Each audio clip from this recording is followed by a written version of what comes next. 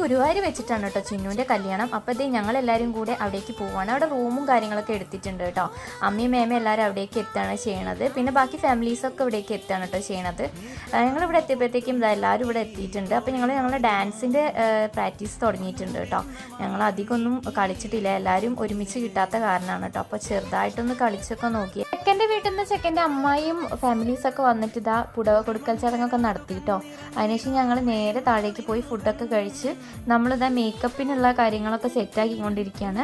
മുല്ലപ്പൂവൊക്കെ വാങ്ങിയിട്ടോ. ഞങ്ങളുടെ റൂമിൽ നിന്ന് കുറച്ച് വിട്ടിട്ടാണ് കേട്ടോ ബ്യൂട്ടീഷ്യൻ്റെ റൂം. അപ്പോൾ ഏട്ടനിതാ ഞങ്ങൾ അവിടേക്ക് ഡ്രോപ്പ് ചെയ്തിട്ടാണ് കേട്ടോ ചെയ്തത്. നാളത്തെ ഡാൻസ് എങ്ങനെ ഉണ്ടാവും എന്നൊന്നും അറിഞ്ഞൂടാ കേട്ടോ. ഏട്ടന് ഇപ്പം തന്നെ കാണണമെന്ന് പറഞ്ഞുകൊണ്ട് ഞങ്ങൾ ജസ്റ്റ് ഒന്ന് കളിച്ച് കാണിച്ചു കൊടുത്തു കേട്ടോ. ഒട്ടും പെർഫെക്റ്റ് ഒന്നും ആയിട്ടില്ല, എന്നാലും ഒപ്പിക്കാം കേട്ടോ.